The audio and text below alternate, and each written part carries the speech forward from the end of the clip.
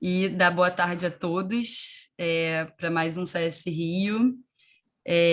Para quem não conhece, não sei se as pessoas aqui já frequentam o CS Rio antes, mas o CS Rio ele é um núcleo na PUC de Ciência e Conservação, Ciência da Sustentabilidade, Conservação. E a gente faz esse ciclo de palestras há mais ou menos em 5 anos. A periodicidade é de mais ou menos 15 dias entre um seminário e outro, e a gente sempre recebe pesquisadores ou profissionais de renome em áreas correlatas a esse núcleo. E quem tiver interesse em saber mais pode seguir a gente, né, o IS. Eu vou botar no chat depois as informações para saberem de futuras palestras e até verem depois, porque a palestra de hoje da Paloma vai ficar gravada no nosso canal do YouTube, então querendo acessar e querendo divulgar e querendo que outras pessoas que não puderam estar aqui hoje vejam e tenham acesso a essa informação, isso vai ficar disponível lá no YouTube. Bem, eu não vou apresentar você, Paloma, porque eu acho que ninguém melhor do que você mesmo para se apresentar. Então, fique à vontade, e a gente se fala melhor no final, tá, pessoal? Ao final da palestra da Paloma, a gente abre, a gente troca, a gente conversa, faz perguntas. Boa tarde a todos. Obrigada, Joana, pelo convite, né? Um prazer, uma honra, uma satisfação estar aqui. E eu vou só compartilhar a tela já com vocês. Esse aqui mesmo. Todo mundo está vendo, né? Tá tudo ok, né, Joana? Sim. Tá ótimo. Bem, boa tarde a todos. Como a Joana me apresentou, eu sou a Paloma. Eu sou bióloga, sou formada pela Universidade Federal de Sergipe, mestrado e doutorado na Universidade Federal de Minas Gerais, no programa de pós-graduação em Ecologia. E atualmente eu estou como pesquisadora no programa de capacitação institucional do Instituto Nacional da Mata Atlântica, com sede lá em Santa Teresa, e também sou pesquisadora associada do Instituto Tamanduá, desde 2019. E nessa palestra eu decidi falar um pouco do que eu venho fazendo, né, alguns trabalhos que a gente vem desenvolvendo com a preguiça de coleira, não só eu, mas uma equipe que vocês vão ver que é enorme, mas eu vou apresentar um pouco do que eu fiz, o que eu tenho feito, e apresentando aí uma integração com os planos de ação. Eu acho que isso é bem importante apresentar. Bem, atualmente a gente sabe, a gente tem noção da importância desse... eu só vou alertar também, porque o meu áudio, de vez em quando, falha quando eu faço do computador. Então, caso, de repente, o áudio comece a falhar, vocês podem me avisar no chat, a Joana também pode me avisar, interromper um pouco e me avisar, tá? Bem, atualmente, todos nós sabemos da importância dos remanescentes naturais para a biodiversidade como um todo, né? E quando eu falo biodiversidade, eu também estou incluindo nós, seres humanos. A gente tem visto nos últimos dias, né, por conta da COP 2022, a importância desses remanescentes florestais, a importância de se ter áreas naturais. A quantidade desse habitat remanescente possui um papel fundamental na dinâmica dessas populações e comunidades. Para alguns grupos, quando a perda de hábitat atinge um determinado ponto, o qual nós chamamos de limiar crítico, né, um conceito na ecologia,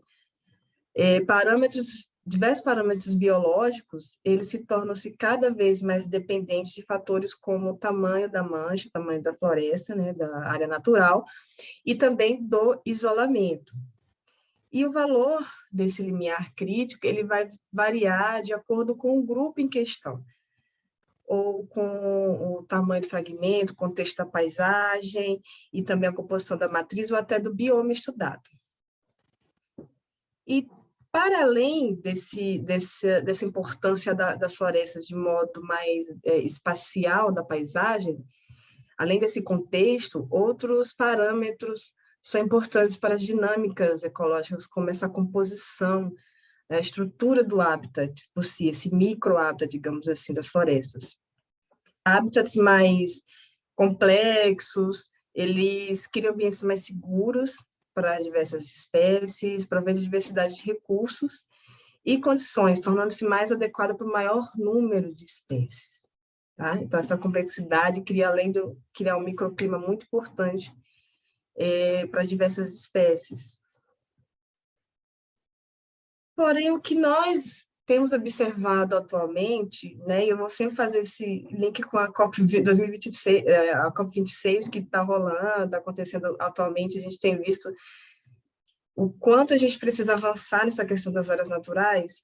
O que nós observamos atualmente é esse descompasso entre uso e cobertura do solo para fins antrópicos, né, para uso econômico, e das áreas naturais. Globalmente, estima-se que existe apenas 16% de área natural, né? A grande maioria são áreas antrópicas para uso econômico. E essa proporção desleal afeta diretamente a conservação da biodiversidade, ao criar ambientes cada vez mais hostis para diversas espécies, restringindo diversos processos ecológicos importantes para a manutenção de uma população naquele local. Os remanescentes de habitat também são muito importantes, são grandes responsáveis por estocar parte do carbono da atmosfera. E a destruição dessas áreas contribui diretamente para o aquecimento global, para o agravamento desse aquecimento global e das mudanças climáticas, né? O agravamento das mudanças climáticas. Portanto, é importante observar, né, que para além desses efeitos do clima e das florestas, a gente tem noção, a gente sabe hoje em dia que eles podem agir nessa sinergia, né, entre as mudanças climáticas e mudanças na Terra. Afinal, como a gente viu no slide anterior, à medida que a gente está degradando, desmatando, isso está influenciando cada vez mais essas mudanças climáticas. Então, há uma sinergia entre esses dois fatores, no tocante à conservação da biodiversidade mundial. Quando se há um agravamento dessas mudanças climáticas, muitas vezes influenciado pelo desmatamento, as consequências para a existência a longo prazo de diversas populações podem ser diversas. Por exemplo, a diminuição da área de distribuição, mudança dessa área de distribuição de uma determinada espécie, ou diminuição na quantidade de áreas adequadas para determinada espécie, a expansão de áreas de distribuição, por exemplo, de espécies invasoras. Então, esse efeito, né, das mudanças climáticas, agravada por essas mudanças no solo, pode ter vários efeitos sobre as espécies, como a gente observa nesse artigo de Gouveia e colaboradores, que a gente vê o agravamento da adequabilidade do hábitat. Isso aqui são áreas adequadas, quando se agrava aí as mudanças climáticas, diminui a porcentagem de floresta. Então, dessa forma, observando tudo isso que a gente tem falado, que eu tenho falado nos últimos slides, é de extrema importância a manutenção dessas áreas, diminuindo ou até interrompendo o desmatamento em um mundo ideal, né? Interromper o desmatamento seria um dos mais importantes passos para tentar barrar um pouco esses efeitos das mudanças climáticas. Mas, para além de diminuir, é necessário criar medidas para que aquelas áreas continuem existindo, né? E uma dessas iniciativas que todos nós conhecemos, né, para garantir a conservação a longo prazo dessas áreas naturais é o estabelecimento de áreas protegidas, tá? Aqui no Brasil, elas são conhecidas como unidades de conservação, e são garantidas por lei. Né? O nosso Sistema Nacional de Unidade de Conservação, o SNUC, ele foi instituído de forma a potencializar o papel das diferentes categorias de UCEIs, de unidade de conservação, tá? Seja ela de uso sustentável, seja ela de proteção integral. Além do SNUC, que garante essas unidades de conservação e garante que aquelas áreas se mantenham, a gente sabe que as unidades de conservação hoje no Brasil têm sofrido diversas ameaças, mas, de modo geral, são áreas muito importantes para auxiliar na conservação de remanescentes florestais. Para além do SNUC, pela Lei da Preservação da Vegetação Nativa, que nós popularmente conhecemos como Novo Código Florestal, ele estabelece a proteção de áreas ambientais sensíveis, em locais sensíveis, como topos e encostas de morros, nascentes, margens de rios, lagos e lagoas, as chamadas Áreas de Preservação Permanentes, as APPs. Além da proteção de áreas de vegetação localizadas em propriedades particulares, as reservas legais. E é importante que no Brasil a gente pensar nessa proteção dessas áreas naturais como se fosse uma rede de áreas protegidas, incluindo unidades de conservação, incluindo reservas legais, APPs, para que a gente tenha um maior número de áreas naturais protegidas e que, com a mudança climática, que pode haver, por exemplo, essa mudança na área de distribuição de espécies, ela tenha aí outras áreas disponíveis adequadas para elas. Então, essa rede de áreas protegidas são super importantes. Mas, para além de estimular essa criação de UCEIs, estabelecimento e garantir que essa UC consiga se estabelecer a longo prazo, é super importante. E, além de ser muito importante, a gente tem visto também, mais uma vez, na COP26, que não basta só manter essas áreas naturais, a gente tem que começar a avançar e pensar um novo passo, que é estimular a regeneração da restauração florestal. Né? Essa regeneração ela pode auxiliar a diminuir a gravidade das mudanças climáticas. Né? Essas florestas em crescimento podem auxiliar, por exemplo, no estoque de carbono, que a gente sabe que é super importante, né? As áreas primárias, árvores grandes, com grandes circunferências, elas conseguem captar mais carbono, mas essas florestas em crescimento podem auxiliar nessa fixação, de estocar carbono, né? E essa regeneração, ela pode ser tanto ativa, né? Quando o homem ele está ativamente trabalhando nessa regeneração, como natural. Sendo que essa regeneração passiva, desculpa, sendo que essa regeneração passiva ela é considerada mais barata. A regeneração natural, a regeneração passiva, ela pode ser definida como um processo de retornar a estrutura de uma área, retornar a estrutura, função e composição, antes daquele distúrbio acontecer. Então, em condições ideais, né, de solo, clima, etc., essa regeneração natural pode ocorrer por conta própria, né? Por isso que ela é considerada mais barata, seguindo diversos processos ecológicos que a gente vê na associação ecológica, né? De primeiras árvores pioneiras e etc. E ela também, essa passiva pode ser assistida, né? O homem pode ir lá e auxiliar e tirar ervas daninhas e ver como é que está, se precisa ser feito algum tipo de incentivo, mas, de modo geral, ela é mais barata, que é você acompanhar uma área se regenerar por ela própria. E é muito importante porque essas áreas podem prover esses hábitats para espécies que são dependentes de florestas, né, que são super ameaçadas por conta desse desmatamento. E, além disso, ela pode auxiliar o Brasil, né, falando mais agora do nosso país, a cumprir as metas globais de restauração ecológica, de restauração das florestas.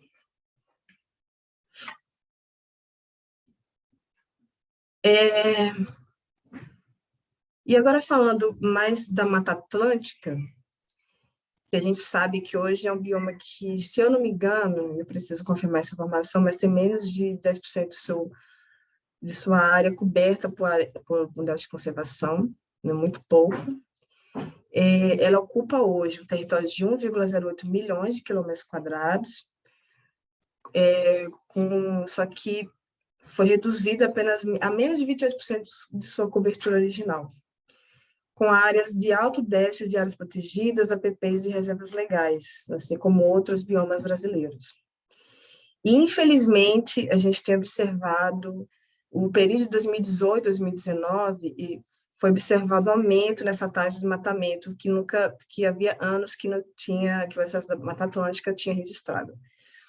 E o último período, 2019 a 2020, até houve uma redução em relação a esse período anterior, mas ainda assim, o desmatamento foi alto com relação àqueles outros períodos que teve uma redução muito grande desse desmatamento.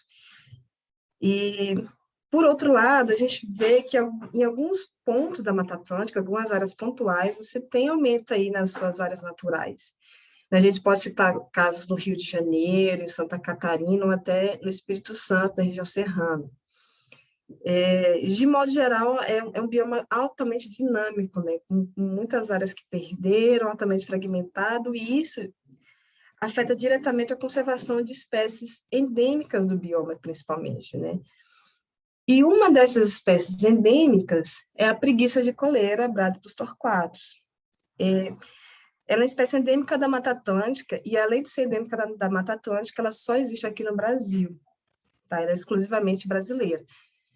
Então, das 6 espécies de preguiças que existem hoje, né, da América Central e América do Sul, a preguiça de coleira é única e exclusivamente brasileira, né? Ela é uma espécie estritamente arborícola, ela é uma espécie que só come folha e brotos, é estritamente folívora, que a gente chama, e é uma espécie que ela tem, assim como as espécies de Chernata, ela tem a temperatura do corpo que pode variar de acordo com o ambiente, né, esses animais heterotérmicos. Então, as mudanças climáticas, né, as preguiças têm um metabolismo muito baixo, assim como outras espécies de Chernatras. Quando eu falo de Chernatras, estou falando aí dos tatus tamanduás, tá, que são da mesma superordem. Então, você tem um ambiente que varia bastante, pode afetar, sim, a adaptação dessa espécie frente às mudanças climáticas, porque é uma espécie que depende da temperatura ambiente para manter aquela temperatura dela. Então, elas são extremamente sensíveis às mudanças climáticas, são sensíveis à estrutura da vegetação.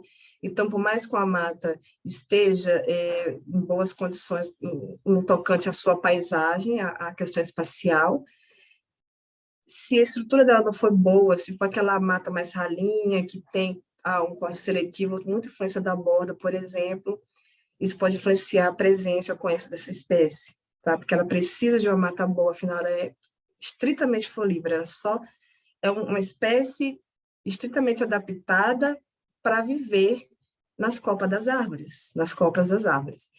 Então, tudo isso influencia demais essa espécie nesse ambiente, né? Por isso que hoje ela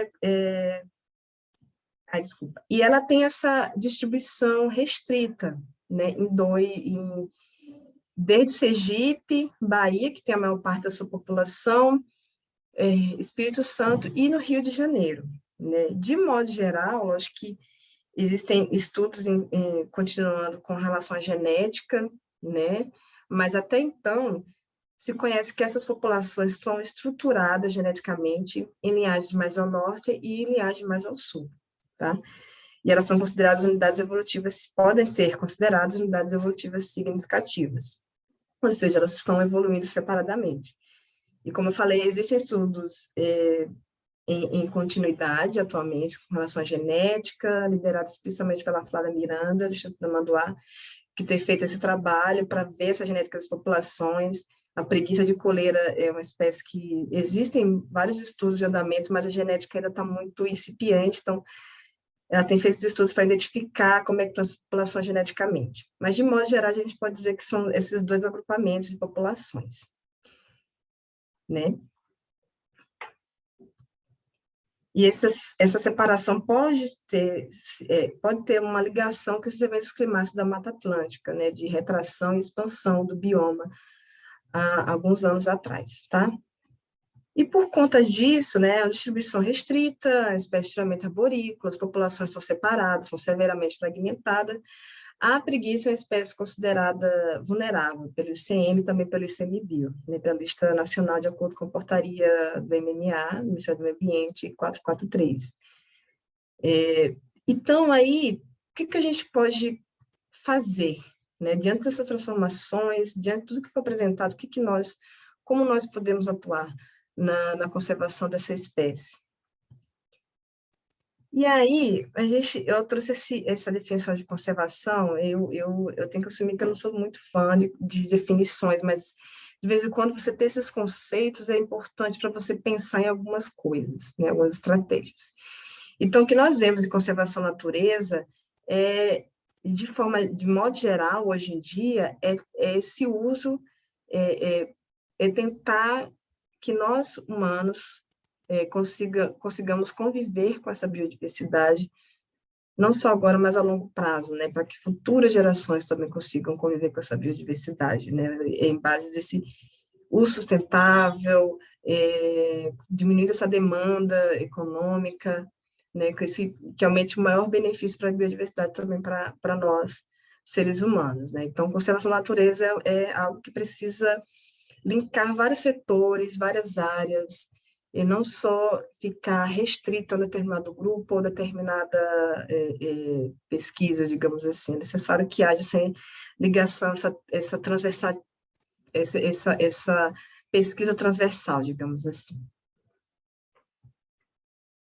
E aí, aqui no Brasil, uma das formas de se atuar nessa conservação das espécies ameaçadas, agora focando mais nas espécies ameaçadas, são os planos de ação nacional, né, que é gerido aí pelo ICMBio, Instituto Chico Mendes de Conservação da Biodiversidade, que é um instrumento de gestão para o ordenamento e priorização de ações para a conservação da biodiversidade e seus ambientes naturais. Então, várias espécies e grupos têm plano de ação que tem várias metas a serem atingidas e, a partir dessas metas, várias atividades e ações que precisam ser feitas para atingir essas metas. E aí a gente pode ver essa questão da conservação como um eterno ciclo, né? Porque você tem novas teorias, você tem novos conceitos, novas definições, você tem novos dados biológicos, e aí você tem novas aplicações de critério, e novas categorias, aí você consegue se chegar a uma categoria de ameaça, e a partir da categoria de ameaça você tem a lista vermelha de espécies ameaçadas, e a partir dessas espécies ameaçadas você pode chegar a esse plano de ação nacional para a conservação das espécies, tá? Que é de ciclos, então, um determinado período, e aí finaliza com base em novas teorias, novos dados biológicos, começa esse ciclo novamente, tá? E a preguiça de coleira, ela está contemplada, tá? Pelo Plano de Ação Nacional para a Conservação de Primatas da Mata Atlântica e da preguiça de coleira, tá? E contempla, se eu não me engano, 3 espécies de primatas, se eu não me engano, preciso confirmar isso, e mais a preguiça de coleira, que tem diversos objetivos, né? São 6 objetivos específicos, né? A gente tem dentro os GADs, que é os grupos de apoio técnico que auxiliam ainda nesses planos de ação. No caso da preguiça de coleira, é o professor Gaston, né, que tem auxiliado bastante no plano de ação nacional, voltado para a preguiça de coleira. Então, o que eu fiz nos últimos anos, né, e esses últimos anos engloba meu mestrado e doutorado, auxiliar principalmente nesse objetivo específico número 1, né, de restaurar, manter e aumentar o hábitat e sua conectividade, tá? E dentro de cada objetivo você tem suas atividades. Então, basicamente, né, como eu falei, que eu venho trabalhando nos últimos anos, é auxiliar nas atividades dessas duas atividades, auxiliar nas ações dessas duas atividades, né, identificar áreas importantes para as espécies alvos do PAN e ampliar o conhecimento sobre áreas de vida, ocorrência, ocupação do táxi, árvores, e seus vetores ambientais, tá?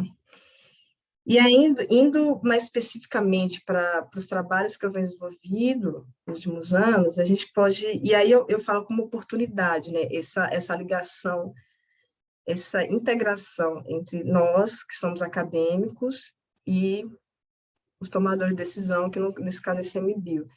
E é super importante ter esse link. Às vezes, nós que trabalhamos com espécies ameaçadas, nós sabemos que existem muitas espécies, não muitas, né, mas a gente tem espécies com plano de ação, né, que são contempladas por planos de ações, e que existem atividades ali que nós, que somos acadêmicos, podemos executar e contribuir com aquela atividade, com aquela ação, para que a gente consiga a chegar a determinada meta. Então, essa integração, eu chamo que é uma oportunidade, que é realmente uma oportunidade para a gente fazer com que a conservação daquela espécie, daquele grupo, seja mais integrada, a gente consiga, de fato, aplicar aquela conservação, né? Aquela ação de conservação. Mas, voltando, esse artigo, nós publicamos em 2019, foi um dos meus capítulos do doutorado, e a gente contribui muito com ações desse plano do PAN, né, do PAN-PPMA, como a gente chama. E a gente tinha um conhecimento prévio, por isso que eu sempre falo que é desde meu mestrado, porque eu comecei a trabalhar com as preguiças de coleira no meu mestrado, em 2013, né, entre erros e acertos, mas a gente precisa caminhar dessa forma. E no meu mestrado, a área de estudo nossa foi a região de Santa Maria de Jetibá, no Espírito Santo, né, região serrana do Espírito Santo. E nesse município, ele tem cerca de 36% de cobertura florestal. Quando a gente analisou, né, a probabilidade de ocupação da preguiça nessa área, e a gente analisou vários fatores da paisagem, várias variáveis espaciais ligadas à paisagem, como isolamento funcional, a área do fragmento, quantidade de floresta, junto com fatores ligados à estrutura das florestas, né, a altura do céu, árvores importantes para a espécie. E aí a gente viu que nessa região, que tem 36% de cobertura florestal, a probabilidade de ocupação dessa espécie está mais ligada à presença de árvores importantes, né, sapotáceas, figueiras, engazeiras, enfim, gameleiras, em menor proporção em baúbas, na cecrópia, e também a altura do céu. Então, assim, a gente começou a se perguntar, né, mas se a gente pegar o que a gente sabe agora, né, que é uma espécie que tem uma probabilidade de ocupação que foi até alta, foi mais de 90%, né, a probabilidade de ocupação dessa espécie nessa região. Pegar, a gente sabe hoje que é uma espécie que tem uma baixa detecção ambiental, que isso é uma metodologia que a gente usou, ou seja, uma espécie difícil de identificar em campo, a gente sabe tudo isso. E a gente pensando num escopo maior, ou seja, aumentando nossa área de estudo, aumentando onde a gente está trabalhando, será que esse padrão vai continuar o mesmo? Então, a gente sabendo desse estudo, sabendo dos limiares críticos que ocorrem nos ambientes, nos ecossistemas, e sabendo da biologia e ecologia da espécie, uma espécie que estritamente florestal, uma espécie que é adaptada aos ambientes arborícolas, que não é adaptada ao ambiente terrestre, né? Seu deslocamento no chão pode acarretar diversas outras consequências para a espécie. Sabendo tudo isso, a gente teve a hipótese de que existe esse limiar crítico na quantidade de água para a ocorrência da preguiça de coleiro, ou seja, a probabilidade de ocupação dessa espécie em locais acima de determinada porcentagem de cobertura florestal é alta, e aí, a partir de locais com determinada cobertura florestal, começa a decair até chegar a zero, tá? E foi aí que a gente resolveu ampliar nossa área de estudo, nós englobamos áreas de determinadas porcentagens de floresta, desde áreas com muita porcentagem de floresta, como a gente vê nesse primeiro quadradinho aqui, com áreas com menor cobertura florestal, para tentar entender qual é a probabilidade de ocupação dessa espécie nessa região, levando em consideração esse gradiente de cobertura florestal. E a gente continuou seguindo as mesmas características da pesquisa anterior. Então, a gente coletou variáveis locais, no caso, de novo, árvores importantes para a presença da espécie, e também a altura do céu. Então, a gente continua coletando essas variáveis, tá? E nós também coletamos, realizamos análises espaciais. Então, nós temos também análises espaciais. Nesse caso, a gente teve aquela abordagem multiscala, né, para identificar a escala em que a relação do parâmetro investigado e a variável é mais forte, tá? Então, a gente fez essa abordagem levando em consideração porcentagem de floresta e também porcentagem de áreas abertas, que, nesse caso, solo exposto, pastagem, pasta abandonada, tá? Então, tudo isso a gente considerou como área aberta, tá? E aí a gente tem todas essas variáveis que a gente utilizou para se calcular a probabilidade de ocupação e também de detecção, tá? Que essa forma que a gente trabalha, com que eu trabalhei nesse capítulo, que é modelagem de ocupação, tá?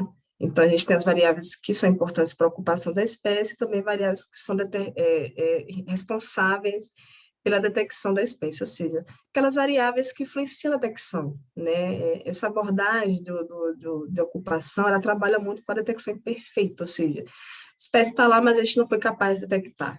E isso cabe muito bem à preguiça, que é uma espécie extremamente críptica, né? Muito difícil de se encontrar uma preguiça nos seus ambientes naturais. Então, essa modelagem que nós usamos trabalhou muito isso, tá? Mas aí, qualquer coisa, se vocês quiserem aprofundar sobre essa questão de modelagem de ocupação, tal, a gente pode conversar depois, né? Mas acho que para a palestra não caberia muito. Mas, de modo geral, né, o que a gente encontrou nesse capítulo foi que existe, sim, um limiar crítico na quantidade de hábitat para a ocorrência da preguiça de coleira, e esse limiar é de 35%. Ou seja, a gente percebe aqui nesse gráfico que com 35% de cobertura florestal, acima dele, a gente vê uma alta probabilidade de ocupação, chegando a 100, ou seja, aquelas áreas que têm mais de 35% de cobertura, 35% de cobertura florestal, a probabilidade de você encontrar preguiça é quase de 100%. E aí, a partir desse 35% para baixo, essa probabilidade de ocupação diminui até chegar a quase 0%, quando se chega a 20% de floresta. Tá? Isso foi um achado bem interessante e, ao mesmo tempo, bem preocupante para a espécie. Tá?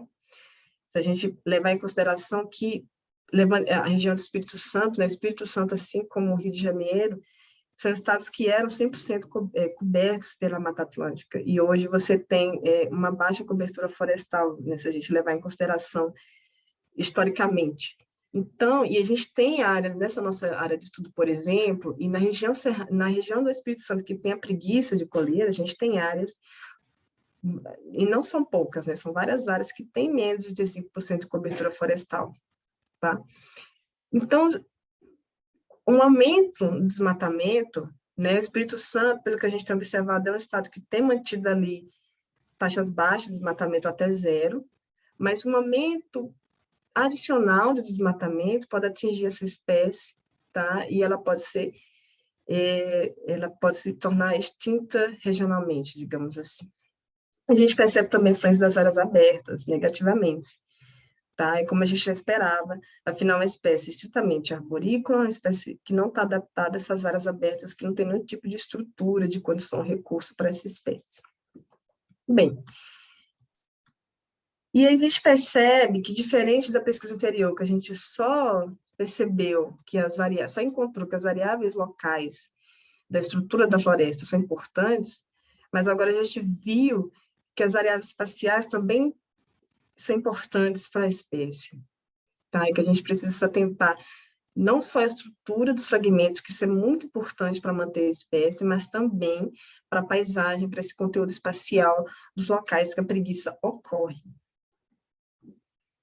E aqui a gente consegue, esses são os três modelos, como a gente trabalha com modalidade de ocupação e seleção de modelos, são os três modelos, né, com delta C menor que 2, digamos assim. E o que a gente percebe, nesse modelo, isso é muito interessante, né? E eu tive um prazer enorme no meu doutorado, de passar 6 meses nos Estados Unidos com a Larissa Bailey, que é uma das pessoas que são responsáveis por esse modelo de ocupação. E ela é uma pessoa incrível e ela sempre, quando ela vê esses mapas, ela perguntou, foi isso que você encontrou em campo? Porque a gente sempre se preocupa com o valor X, mas esse valor está muito alto, meu modelo não vai dar certo, isso, aquilo. E ela sempre falava, foi isso que você encontrou em campo? Eu falei, exatamente isso. O que que eu encontrei em campo? Que nessa área aqui, em vermelho mais escuro, vermelho aqui, laranja, são áreas que eu encontrava muita preguiça. Até em áreas que eu não estava mostrando, você via preguiça. Mas quando chegava nessas áreas que estão em azul, em verde, aqui azul, indo para o amarelo aqui mais clarinho, aqui mais norte, eu não consegui ver nenhuma preguiça. E olha que eu fui em cada ponto 6 vezes, né? Então, isso reflete muito o que a gente viu em campo. Então, esses modelos, por mais que a gente fala, né? O Paulo Demarque, ele sempre fala, todo modelo é errado. Mas ele refletiu muito o que eu vi em campo. E isso é muito importante. E esse mapa, inclusive, eu achei muito importante, porque o pessoal do IEMA, né, com o Instituto Estadual do Meio Ambiente, está com esse mapa justamente para essa gestão mais regional do ambiente. Isso é muito legal, né? O quanto a gente, né, não só eu, mas todo mundo tem trabalhado com a preguiça de coleira, tem se esforçado para manter esse diálogo, né? Embora eu acho bem difícil, né? Para mim é um desafio muito grande diálogo com os tomadores de decisão, mas tem sido bem importante nesse momento, tá? E aí, uma informação importante também é que esse limiar de 35% ele é muito parecido, né, com outros grupos, né? Então, ou seja, a tendência mesmo. Mamíferos de médio e grande porte, alguns grupos de aves, alguns grupos de angiospermas, então é bem parecido. E é muito importante a gente começar a refletir sobre essa ausência na preguiça em áreas com 20% de cobertura florestal. E, como eu falei, qualquer aumento adicional, né, de desmatamento, de estar na região que tenha menos de 35% de cobertura florestal, pode levar a uma extinção regional dessa espécie, né? Então, a gente precisa se atentar, né? Geralmente, quando tem esse aumento de desmatamento, a gente pode ver os fragmentos mais isolados, que pode até que tenha preguiça lá, mas futuramente pode ser que não tenha, né? Conservação a longo prazo dessa espécie pode estar comprometida. Bem, e como eu falei, né? Essas manchas isoladas, fragmentadas, com uma estrutura, muito provavelmente estrutura versão pobre, né? Por conta daquele efeito de borda, pode não suportar populações viáveis. Então, a gente precisa prestar atenção principalmente nesses valores aqui. E a gente, por mais que a gente encontrou, né, que essas áreas, de modo geral, variáveis espaciais foram muito importantes para a espécie, a gente também encontrou que árvores importantes ainda se importam para a presença da espécie, tá? E é muito importante isso, porque, quer queira que não, está um pouco relacionado com a paisagem. A preguiça se alimenta de árvores que são aquelas árvores tolerantes à sombra, né? Que tem um crescimento mais tardio, que demanda de mais tempo, mais recursos e outros tipos de condições para o seu crescimento. Então, quando você tem uma influência da borda muito alta, você tem aquelas árvores de crescimento mais rápido, um caule, o DAP, né, que ele diâmetro do peito menor, muitas vezes não tem conexão dorsal, e isso pode indicar que esse empobrecimento, né, dessas áreas pode ser crucial para a presença dessa espécie, né, que a espécie pode não estar lá, né, alguns estudos têm mostrado isso, né, no sul da Bahia, o Gaston verificou isso junto com o trabalho da Nereida, eu vi isso no meu trabalho, a gente que foi para um campo agora no Bahia, a gente viu que você tinha uma árvore, florestas, né, manchas de árvores que são que há um corte seletivo de madeira, que é muito antropizado, a gente percebe que realmente não tem a preguiça lá, então isso é super importante.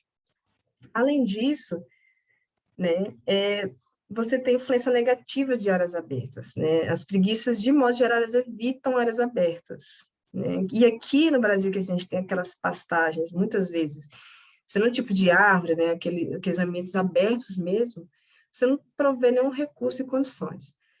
A preguiça pode atravessar essas áreas?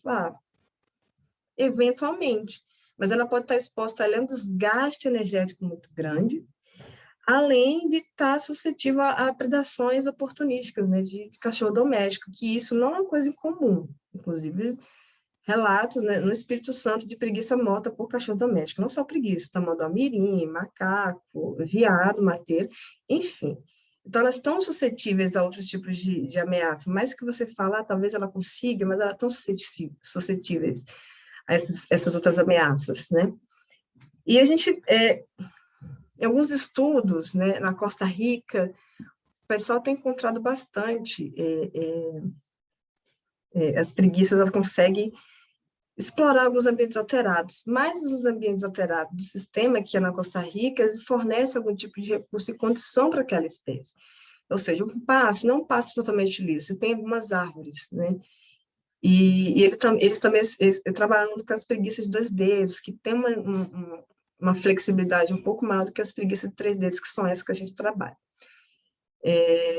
Pode usar locais de cabruca, né, que é o sistema agroflorestal de cacau, só que ainda assim, no sul da Bahia, né, na minha banca de mestrado, a Camila Cassano, que tem trabalhado bastante com as cabrucas na Bahia também, que o sistema agroflorestal falou que está havendo também essa simplificação das cabrucas, ou seja, está um corte seletivo e diminuindo a quantidade de áreas nativas para aumentar a produção. Então, isso pode não ser interessante para a preguiça, por exemplo, né?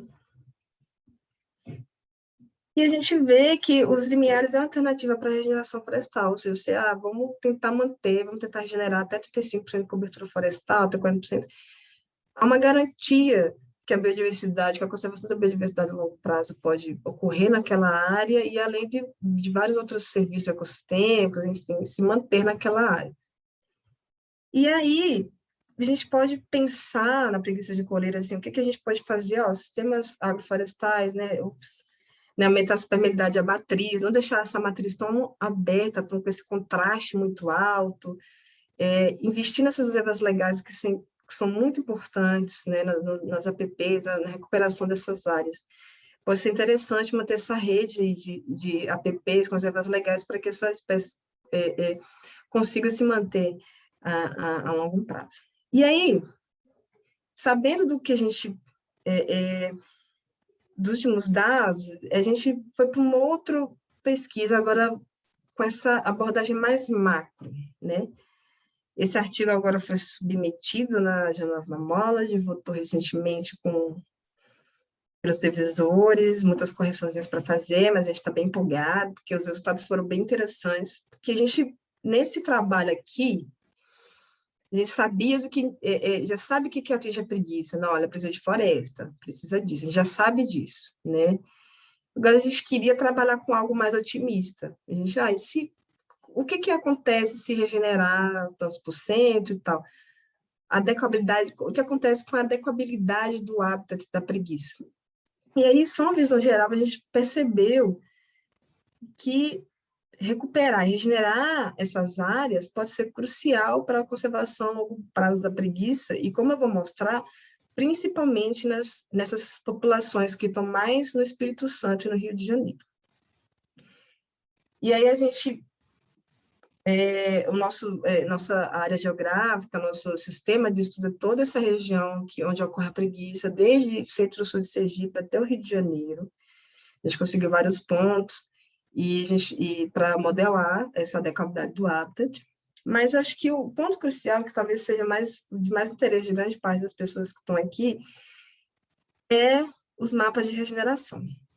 O pessoal do Laboratório de Ecologia Espacial e Conservação, LEC, que é coordenado pelo Miltinho, o Milton César Ribeiro, o pessoal, o Bernardo Santos, Bernardinho Santos, Maurício Vancini, principalmente, eles fizeram um mapa raster com áreas da Mata Atlântica com diferentes potenciais de regeneração, baseado na estrutura da paisagem, ou seja, no tamanho do fragmento e no isolamento deles, né? A gente sabe, né, e eu não vou comentar muito, aprofundar muito sobre isso, Mas áreas florestais maiores, menos isoladas, ela possui uma diversidade maior. Então, áreas da matriz que estão mais próximas dessas áreas florestais, elas podem ser mais expostas, a probabilidade dela ser exposta a essa chuva de sementes, desses animais espessores de sementes, é muito mais alta. Então, o mapa, bem resumidamente, né, a construção desse mapa foi mais complexo do que eu estou explicando aqui. Mas, de modo resumidamente, o Bernardo e o Maurício levam em consideração isso, o tamanho do fragmento e o isolamento entre eles, né, levando em consideração animais dispersores de sementes, né, locais próximos a ambientes florestais, então, uma potencial de regeneração maior, né, digamos assim, a 100, digamos assim, porque são áreas próximas a áreas florestais que têm essa diversidade de espécies de espessores de sementes maior. Então, eles construíram um mapa para a Mata Atlântica inteira sobre isso, eles estão trabalhando na publicação desse artigo, que é bem interessante, né? Nesse artigo, eles não trabalharam com condições do solo, que a gente sabe que isso é muito importante para a regeneração natural, né? Mas, de modo geral, trabalham mais com os animais e pessoas de sementes, que também é muito importante para esse tipo de regeneração natural. E, a partir desse mapa, nós construímos cenários, né? A gente tem um modelo atual, que a gente construiu baseado nas variáveis climáticas e atuais, né? Pastagem de floresta e pastagem também atual. Se você lembrarem, é o link que a gente faz do artigo anterior, né? Só que a gente não usou áreas abertas, foi só pastagem, né? Que já é grande, já tem muita informação sobre isso. Nós utilizamos, aí a gente construiu o cenário, né? Um cenário que sem nenhum tipo de regeneração, cenário com uma quantidade mínima de regeneração, ou seja, uma quantidade o suficiente para manter a espécie, né? E a gente usou como linear o 35% do capítulo anterior para fazer esse link, né? Já que esse 35% foi numa escala menor, mas a gente expandiu essa escala para tentar ter esse limiar de regeneração mínima, né? Para que a gente consiga ter condições de garantir a conservação a longo prazo dessa espécie. E um cenário muito otimista, né? Este cenário 2 é o menos otimista e o cenário 3 é o mais otimista, ou seja, eles trabalhar com todo o potencial de regeneração que a Mata Atlântica tem, desde 0 a 100, o quanto isso pode ser bom, né? O quanto isso pode tentar mitigar os efeitos das mudanças climáticas, tá? A gente trabalhou com esses cenários. E aí, já partindo para os resultados, eu espero que esse artigo, a gente está trabalhando as revisões, então eu espero que saia em breve, para vocês entenderem um pouco mais. Mas o que me chama, e que chamou bem a atenção de todos os coautores, é essa diferença, né? A gente percebe que na Bahia, principalmente, a adequabilidade ambiental dessa área se mantém com os cenários, né? E eu achei bem interessante com isso, né? Porque a Bahia, que queira que não, esse trecho aqui da Bahia de Ilhéus, ups, cadê o setinho? Aqui, de Ilhéus, aqui, Porto Seguro, é uma região que a gente fala que é climaticamente estável.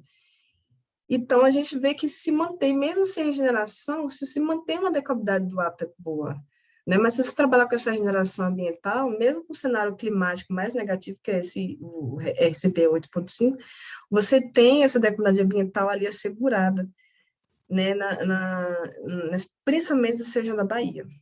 Só que o contrário a gente viu do Espírito Santo e Rio de Janeiro, que para mim é o cenário mais drástico, ou seja, se a gente não atuar mais fortemente nessa região aqui, ela pode ser que a preguiça perca esses áreas adequadas. Eu falo pode ser porque por mais que a gente sabe que a preguiça tem essas condições biológicas, fisiológicas muito particulares, a gente crê que ela talvez não consiga acompanhar as mudanças climáticas, mas pode ser que ela consiga acompanhar essas mudanças climáticas, né? Mas, de modo geral, pode, assim, haver uma perda muito grande de áreas adequadas para essa espécie. E isso preocupa, porque aqui no Espírito Santo mesmo tem uma população até boa de preguiça, e no Rio de Janeiro também. E a gente percebe que é necessário atuar nessas áreas de forma mais pragmática, quando a gente fala na regeneração dessas áreas, seja ela passiva ou ativa, mas a gente precisa começar a pensar em como regenerar, em como atuar na regeneração de florestas, o que a gente pode fazer. Eu acho que nós estamos nessa fase para a espécie, assim. E a gente sabe também, né, isso inclusive foi um dos episódios do artigo que questionou, eu achei bem interessante esse questionamento. A gente não sabe como é que vai ser a estrutura dessa floresta a longo prazo, né? Será que vai ser a estrutura que eu falo da floresta, de composição da floresta, né, de arborícola, tamanho da árvore, tá? Será que vai ser o suficiente para a preguiça?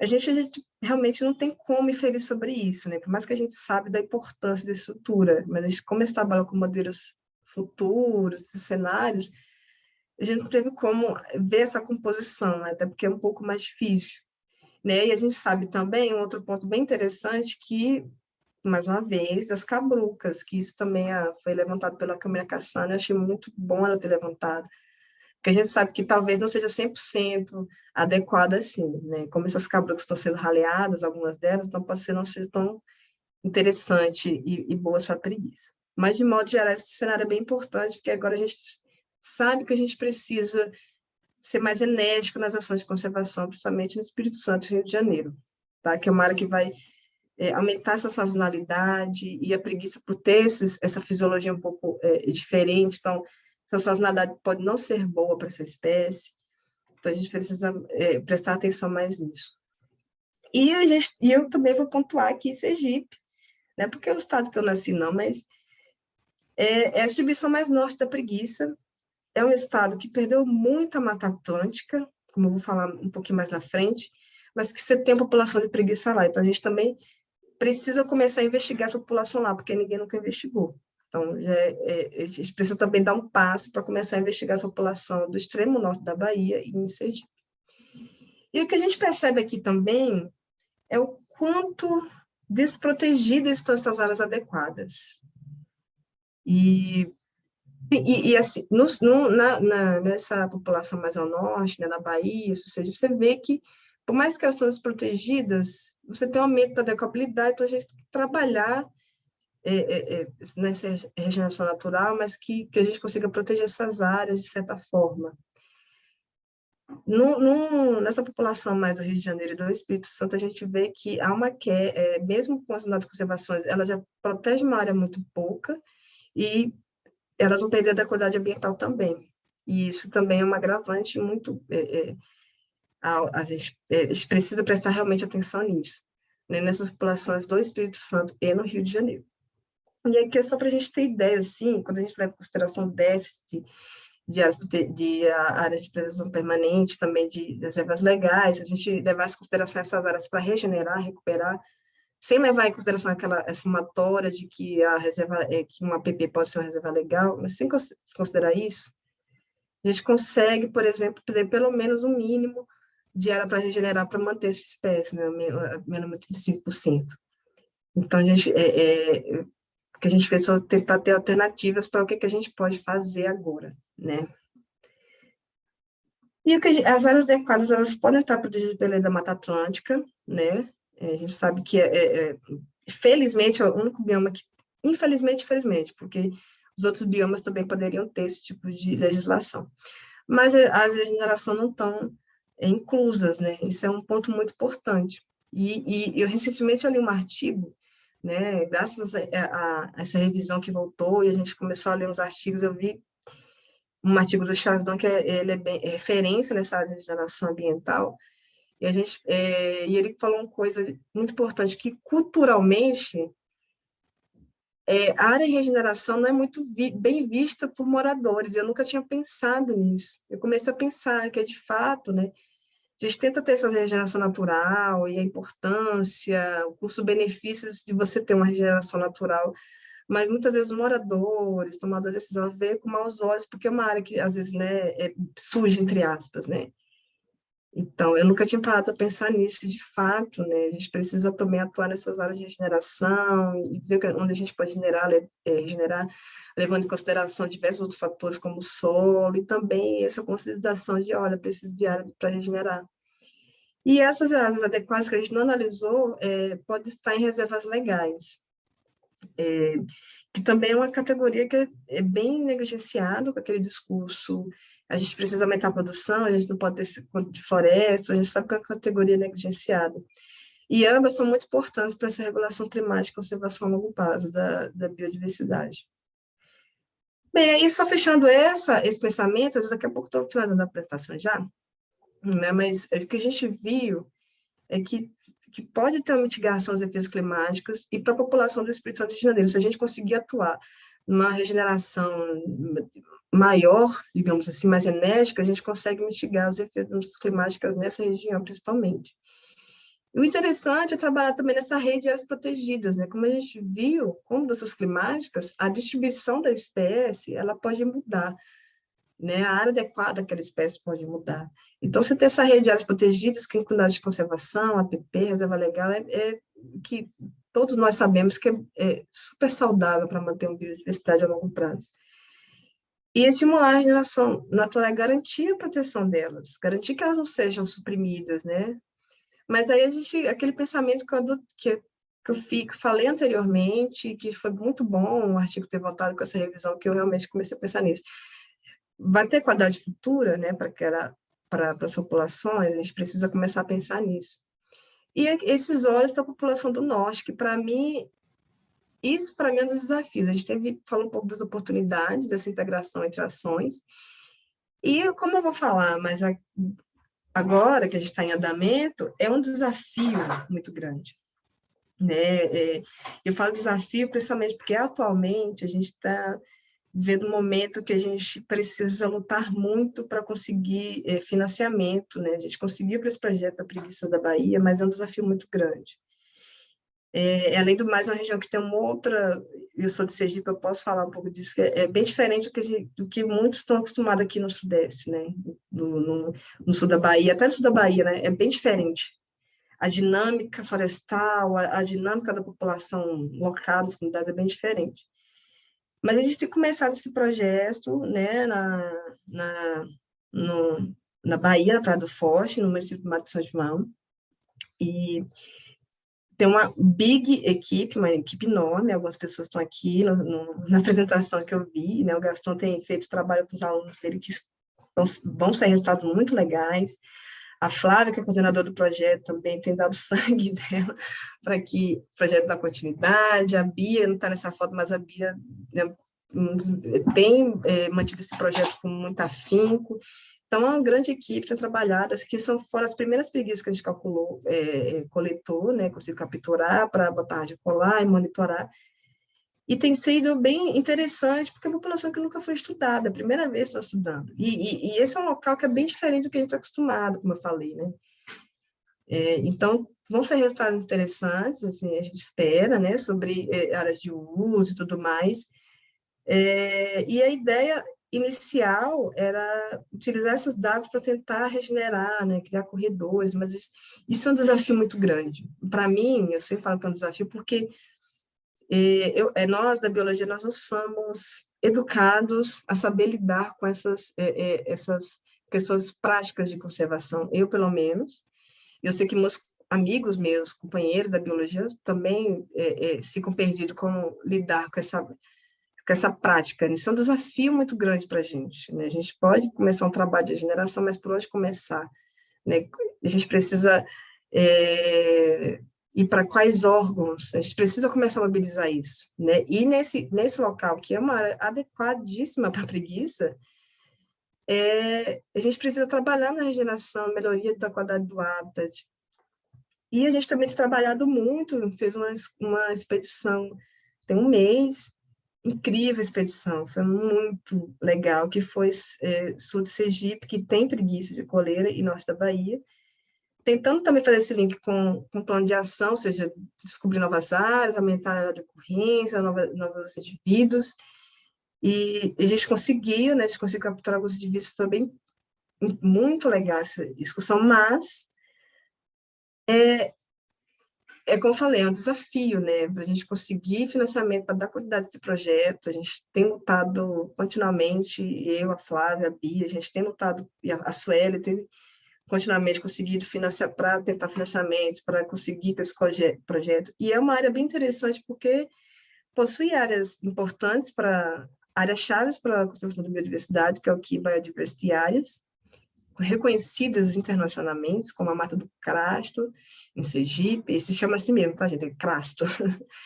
Uma área incrível, quase 1.000 hectares de floresta, que tem preguiça, enfim. E em outros lugares a gente conseguiu, a gente viu a relação da população de assentamento, que Sergipe é um dos lugares que mais tem assentamento no Brasil, olha só. E a gente tem dado esse desafio de continuar essa pesquisa nessa área, com essa estrutura florestal diferente, uma área que tem uma influência da restinga muito alta, e Sergipe é um dos lugares que tem configurado ali entre os lugares que mais desmatam, assim como a Bahia. Então, assim, a gente tem tentado esse desafio de dar continuidade, começar a trabalhar com as preguiças lá, numa certa urgência para que a gente consiga implementar alguma ação mais prática, né, de recuperar a área, de estabelecimento de unidade de conservação, enfim. Esse é um dos projetos em andamento, e eu coloquei como desafio justamente por isso, né, porque atualmente tem sido bem difícil a captação de recursos e da continuidade desses trabalhos. A gente está se esforçando mesmo. E já finalizando, né, o que isso é basicamente a conclusão do meu doutorado, que a gente vê que vários aspectos influenciam a preguiça, que a gente precisa olhar para todos os aspectos, não só para um, né, não só para o estudo de hábitos, mas também não só para a paisagem. Acho que isso para a biodiversidade como um todo, a gente só olha para a paisagem, mas precisa também olhar para essa estrutura do hábito, para a estrutura da vegetação das florestas, para ver se elas vão ter essa qualidade adequada para a biodiversidade como um todo. E o que, para mim, nesse trabalho, eu falo assim, pessoalmente, o que mais me orgulha é eu ter contribuído com o plano de ação, com o ICMBio. Antes de ir para o IMA, eu fiquei 1 ano e 7 meses, 1 ano e 8 meses, como bolsista, trabalhando no ICMBio, no CPB, que é o Centro Nacional de Pesquisa e Conservação de Primatas e Xenatas Brasileiros. E eu me orgulho porque eu vi o trabalho de perto, né? Eu vi o que o pessoal faz com tão pouco recurso, com tão pouca gente, e o trabalho que eles têm de fazer tudo muito bem feito.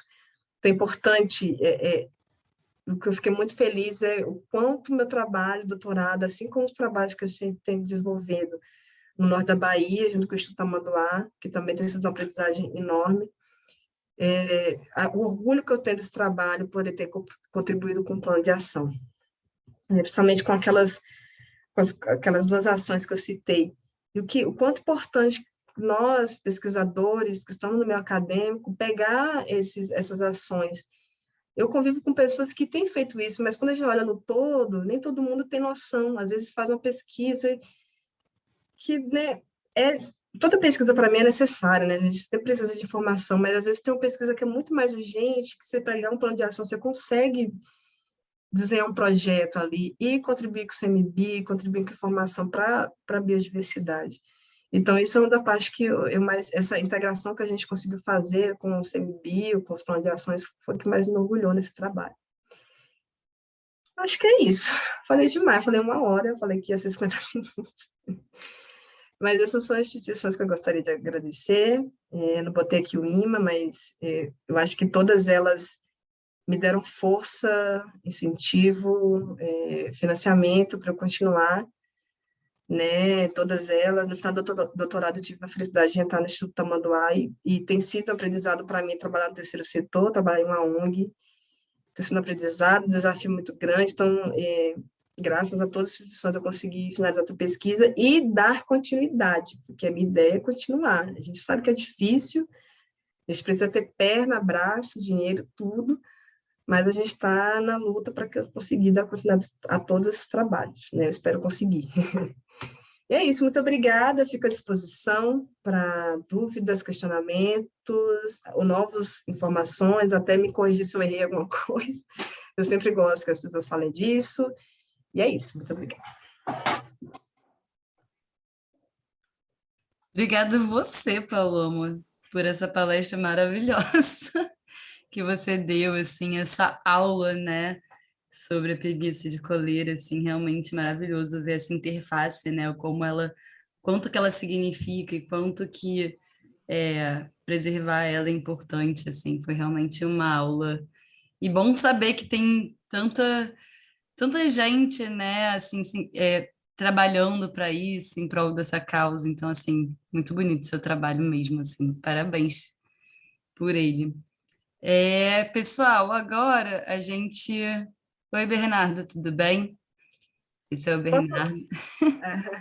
eu posso descompartilhar minha tela ou você acha que eu deixo aqui? Não, pode, assim, depois, se alguém quiser que volte para algum slide específico, você compartilha. Mas eu acho que agora é interessante que a gente incentiva até que todos liguem suas câmeras, e fiquem à vontade, né, para perguntar, para compartilhar alguma coisa, para contar um caso, enfim, ficar à vontade. E o Bernardo está aí. Tudo bem, Bernardo? Nossa, obrigado. Eu só queria agradecer, primeiro de tudo, Paloma, pelo você ter aceito o convite. Desculpa não ter conseguido estar aqui no início. A universidade, quando a alta direção chama, tem que obedecer, a gente não está lá Sim.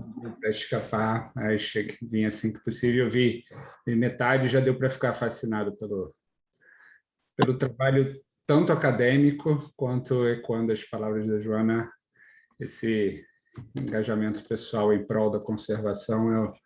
Eu sempre me emociono quando vejo as outras pessoas tendo isso também, então queria te agradecer em nome, lá se eu posso agradecer em nome da preguiça, mas em nome do planeta, de todos nós. Obrigado e parabéns pela parte acadêmica também. Tem que continuar essa pesquisa, por favor, é muito importante.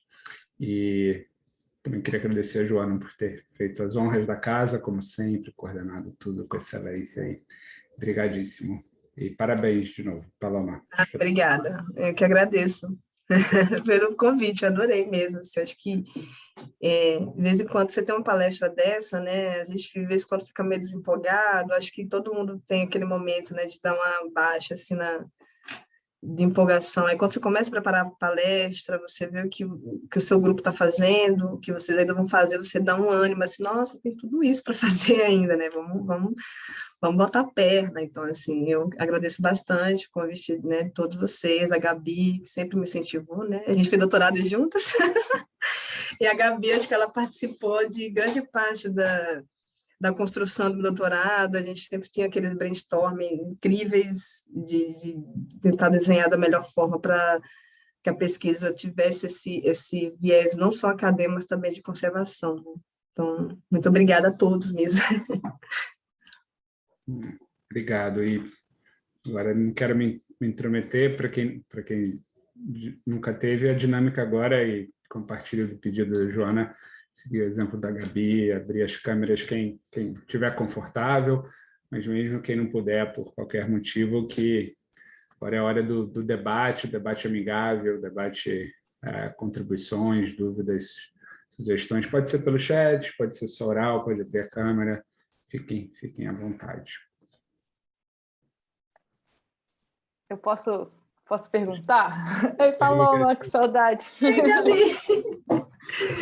Aquela pergunta combinada de colega. Não foi não, na verdade. Pode ir, vai lá, Gabi. Esse último artigo aí que ela apresentou, eu não estou nesse meio, não. Esse daí a gente não coisa junto, não, né?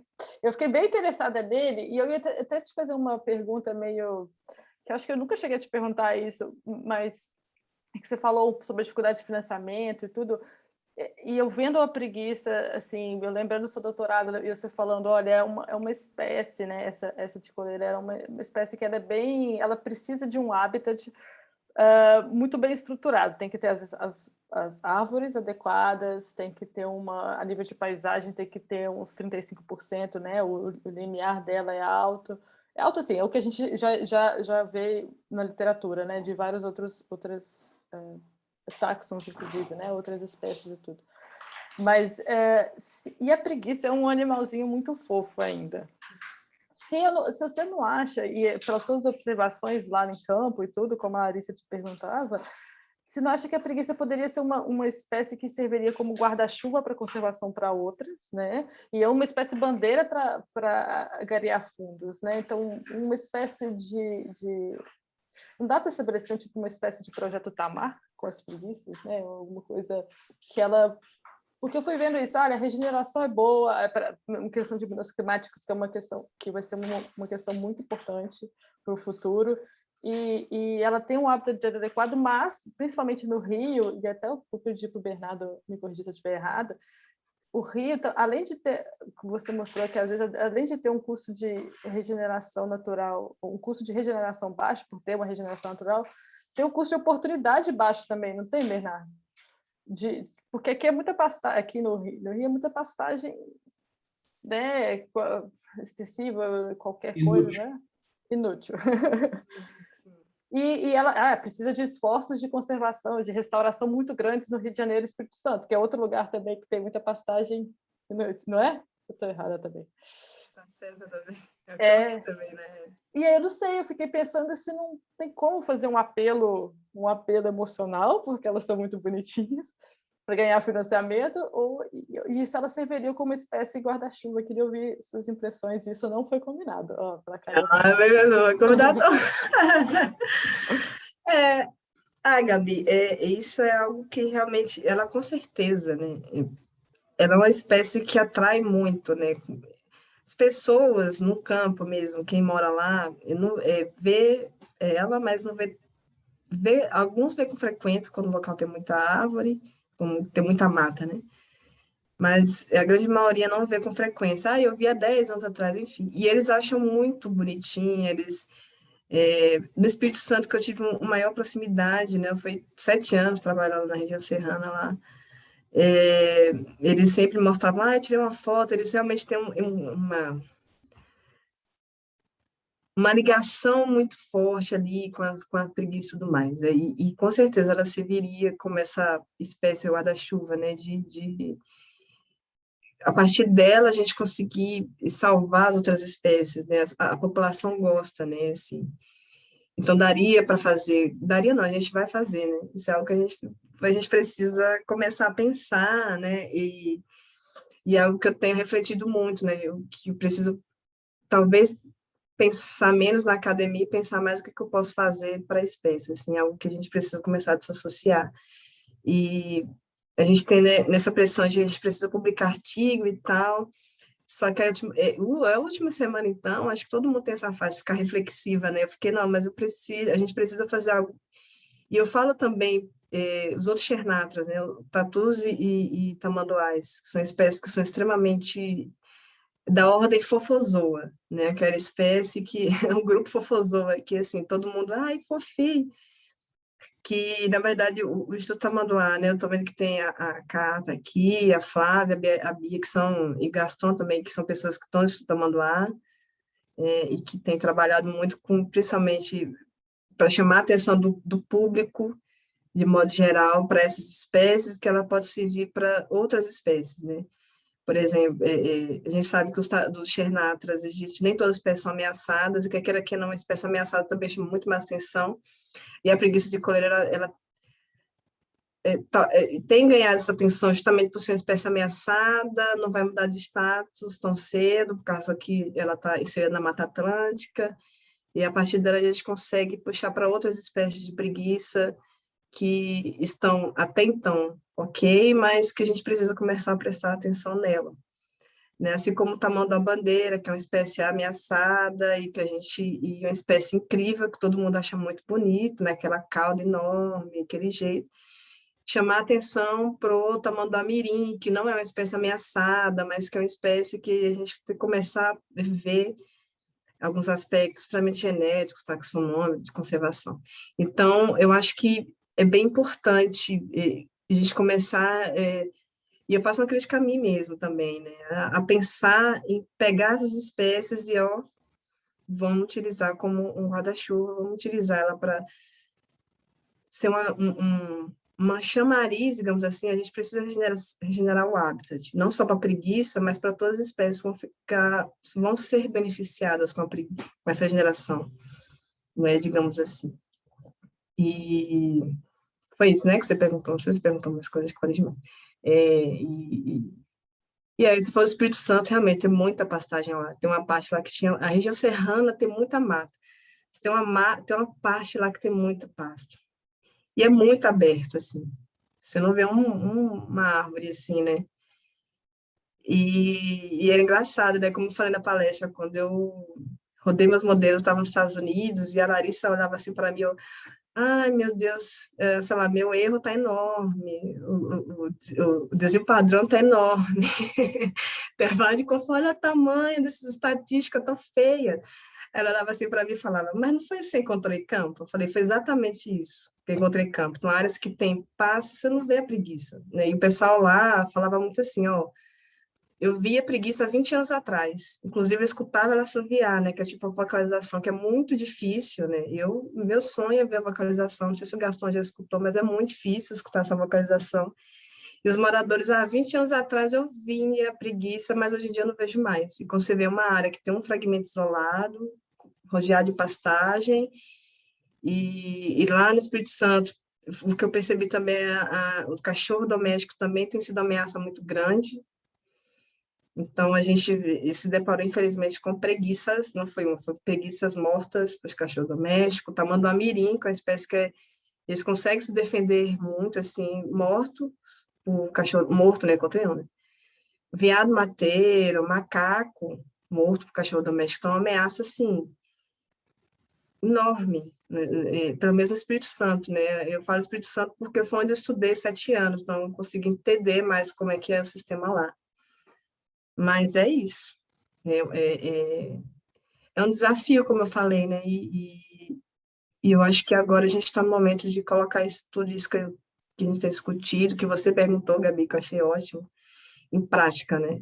Botar fofozoa, que a preguiça é super fofozoa, tamanduaí, que também a Flávia, não sei se ela está aí presente, mas eu achei que a Catá, então, assim, que são super fofozoas, são espécies que chamam atenção, que são muito bonitinhas para aqui a gente precisa, né, dessas espécies. E que as pessoas dão valor no sentido de, é igual você falou, a gente via aqui, eu sabia que tinha, eu reconheci a vocalização, né? Isso eu acho incrível. Tipo, para a região eu lembro de você me contando isso, de que as pessoas falavam tal da preguiça, até te falavam, ó, lá tem, lá não tem, lembra? Eu acho isso legal. Assim, lá em Sergipe também, a gente fez entrevista agora, né, assim, e foi muito bom retornar, né, como é, retorno para minha, eu esqueci o nome daquele quadro, né? Retornar para minha terra, esqueci o nome, mas foi bem interessante voltar a fazer campo em Sergipe depois de 8 anos, que tinha tempo que eu não ia para lá fazer campo, e eu fazia campo com macaco, né, que eu trabalhei uns 2, 3 anos com primata, e aí eu fui lá com as preguiças, então, assim, a população é diferente, né? Quando primata e preguiça, e em alguns lugares você já viu, pessoal, já via há muito tempo, mas hoje eu não via mais, né? Quando a gente... primeira expedição que eu fui, eu e a Bia, principalmente, muitos locais, a gente via preguiça muitos anos atrás, eu não vê mais. Você vê, são locais bem isolados. Sergipe também tem muito pasto, assim, muito, muito pasto. Né? A paisagem, Sergipe, infelizmente, perdeu muita área de Mata Atlântica, desde a chegada dos portugueses, né, que eu chamo de invasão, carinhosamente, perdeu muita área natural, um estado belíssimo, mas e tem perdido muito ainda, sabe?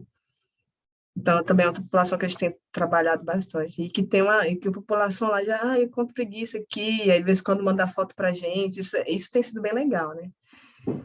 Digamos assim, ser cidadã, encontrei preguiça na Praia do Forte, o Gaston, os alunos dele têm coletado bastante dados com as preguiças lá. A gente tem um grupo e os moradores lá mandam no grupo, eu vi uma preguiça comendo isso é super legal também, né? Então, você tem começando a ter essa relação com os moradores, para tentar trazer também isso para a pesquisa, porque além de transformar numa espécie guarda-chuva, acho que os moradores também precisam se sentir inseridos nas pesquisas, né? Então, pelo menos a gente tem tentado bastante inserir a população, né, da Praia do Forte, principalmente, que é o que a gente tem a pesquisa há quase 2 anos já lá, para eles se sentirem contemplados e se sentirem, né, incluídos na pesquisa, digamos assim.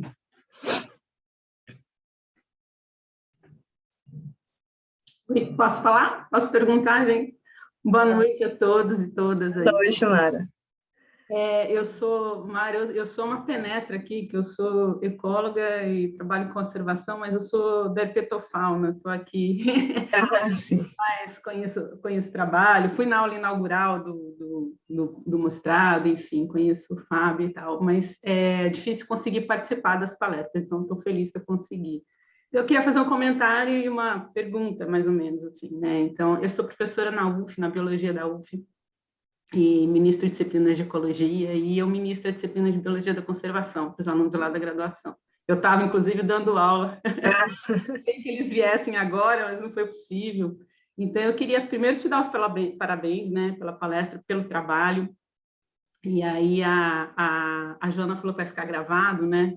Que bom, porque assim, eu acho que a sua palestra, além de todo o conteúdo em relação à conservação e tal, da espécie e tudo, ela tem uma coisa que vai ser muito legal para os alunos assistirem, que é essa conexão dos trabalhos, né? Do trabalho, da pesquisa, enfim, e essa conexão com as tomadas de decisão, né? Com, o que eu faço com isso agora? Porque uma das coisas que eles têm dificuldade, eles sempre perguntam para a gente, né?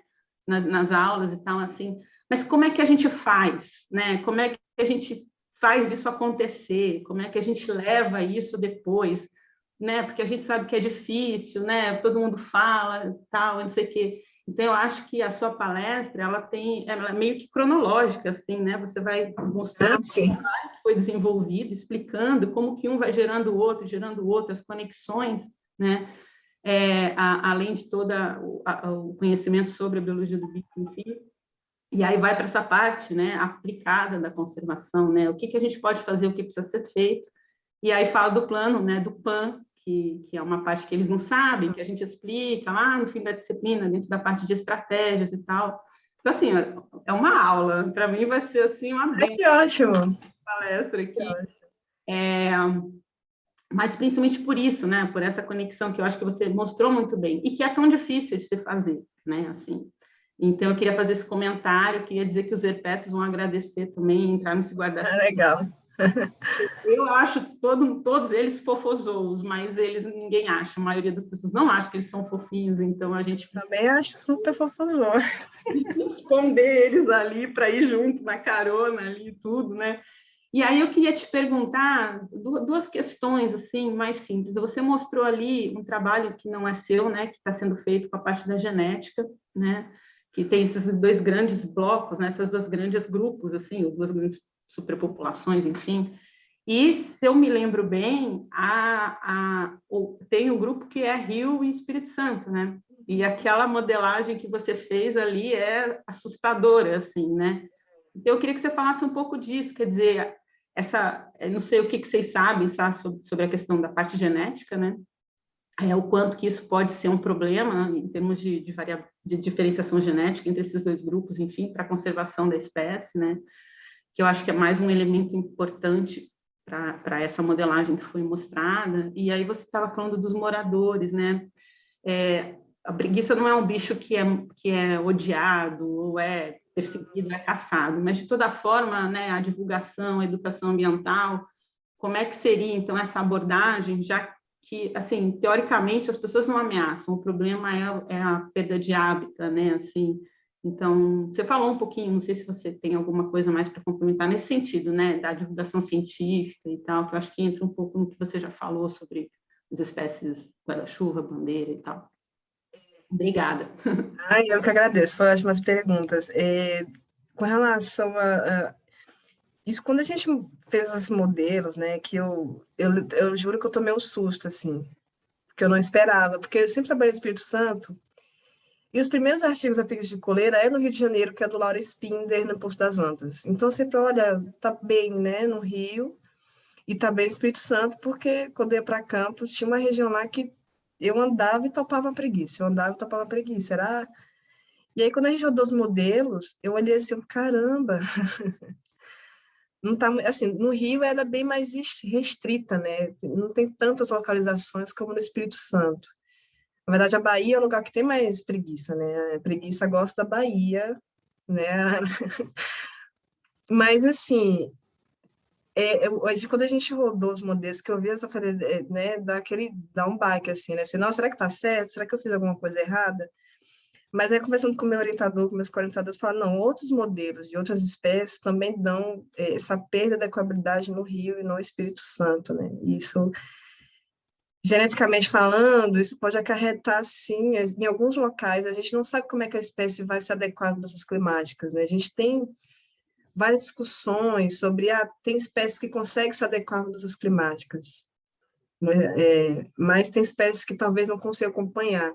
Não sei se Chernatras como um todo, né, fala preguiça, tamanduás, tatus, por ser esses animais que dependem da temperatura ambiente, né, o tatu, as tocas deles são justamente para conseguir equilibrar a temperatura do corpo, né, os tamanduás precisam de florestas, né, por mais que o pessoal associe muito a área aberta, mas precisa de floresta para manter a temperatura do corpo, né, são os animais que evitam os horários mais quentes, porque senão eles ficam super aquecidos.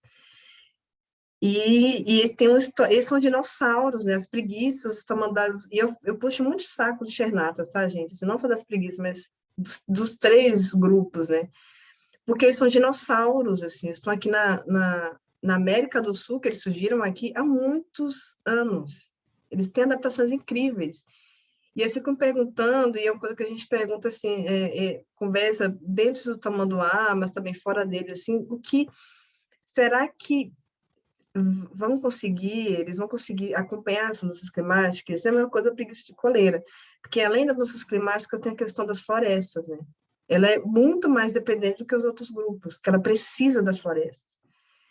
E aí, geneticamente falando, pode ter, né, perda da equabilidade e, consequentemente, uma extinção regional dessa espécie, que é uma preocupação, né?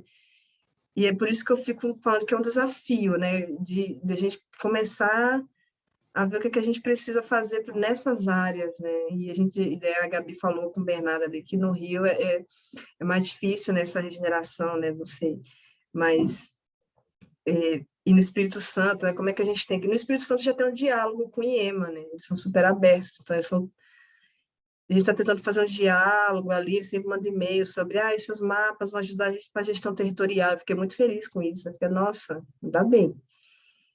Mas é um desafio, né? Porque a preocupação nossa é justamente você perder a população, né? Que é geneticamente diferente da Bahia, do Sergipe. Então, você está perdendo uma história. É uma história que você está perdendo. Essa história que você pode perder se a gente não fizer nada. A gente tem visto, né? Essa semana o COP26 aí alertando, né? Então, a gente pode ser uma perda, né? Eu acho uma perda gigantesca, né? Que se perder população assim é enorme. Você perde um estoque genético que pode ser importante mais futuramente, talvez, do que agora, né? Em termos lá de pensar em, sei lá, em translocação, em coisas mais avançadas para um futuro, né? Não sei. Porque, assim, no caso dessa população, não poderia, por exemplo, tirar uma preguiça do Espírito Santo ou do Rio de Janeiro e jogar na Bahia, né? Elas são diferentes. Ah, tá. Geneticamente falando, não, isso não é viável. Elas são unidades de manejo diferentes, digamos assim. De qualquer maneira, é uma perda. Então, é uma perda de uma história, realmente. Uma história. E com a nossa educação ambiental, na verdade, elas são caçadas. Eu descobri isso. No Espírito Santo, ela não é. Eu nunca vi evidências, né? Acho que a Dani trabalha também no Espírito Santo. Ela até falou que a anta também é atacada por cachorro doméstico. E é, né, incrível, né? Porque a anta é um bicho enorme. Mas ela é caçada em Sergipe. A Bia até comentou ali. A Bia é minha companheira de campo, ultimamente. E ela tem me ajudado, a gente tem se ajudado bastante. E alguns moradores caçam preguiça para comer. A gente não sabe o quê, porque preguiça não tem carne, gente. É basicamente estômago, pele e osso. É animal folívoro, né? Precisa de um estômago todo compartimentado para conseguir digerir aquela alimentação difícil, mas o pessoal caça. Então, assim, é um trabalho. Só que eles não assumem, né? Eles falam, é um tatu, né? Tatu porque a gente está lá, né? Então, às vezes, quando fala que caça, alguns moradores falaram para a gente, foi até impressionante, que eles se abriram, né, tipo, a tatu, paca, a gente viu um caçador com 3 tatu lá, nossa, assim, uma coisa horrorosa, mas enfim. Mas caça não é aquela ameaça primária, digamos assim. não é ameaça primária. Eu acho que a perda de habitat, e eu acho que a Flávia, né, ela até comentou ali no chat, que ataque ao cachorro doméstico, acho que isso é uma outra questão que a gente tem que se preocupar, né? E na educação de moradores, ó, você tem que castrar seu cão. É muito difícil, né? Porque morador no campo ele acha que você vai castrar o cão, vai perder o latido. Tem altas lendas, tem muitas lendas sobre isso. Mas você castrar um cachorro, você manter preso dentro de casa, você evita doença. Então, seria uma educação ambiental não só... caça, eu acho muito difícil de lidar, eu tenho que assumir isso. Eu acho uma questão, assim, complicada, lidar com a caça. Eu acho que quem trabalha com caça, assim, eu admiro muito, porque é uma questão muito delicada. Por conta de caça subsistência, a gente sabe que tem caça subsistência e que talvez isso não seja o problema é caçador profissional que caça, por exemplo, nosso Espírito Santo, e talvez a Dani pode me corrigir se estiver errado, mas um colega nosso, o Ashla, falou que tem clubes de caça lá profissional, que ele tem tabelas. Então, assim, se você conseguir matar uma onça pintada ou uma anta, você ganha sei quantos pontos, que elas são raras, são ameaçadas. E não são pessoas que precisam daquilo. A gente sabe que o Brasil está passando por um problema econômico enorme, social também, de pessoas morrendo de fome, né? E que a gente sabe que a caça pode aumentar por necessidade, mas muitas vezes esses clubes de caça não é por necessidade, é para ter os status ali. Muitas vezes eu sou um homem, eu consegui caçar uma onça, uma anta, sei lá, uma queixada. Enfim, é muito complicado, né?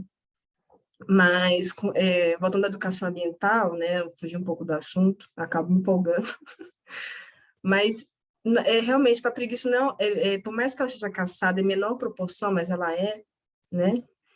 Em alguns interiores utilizam a pele para medicinal, a banha dela parece que é medicinal, gordura da preguiça.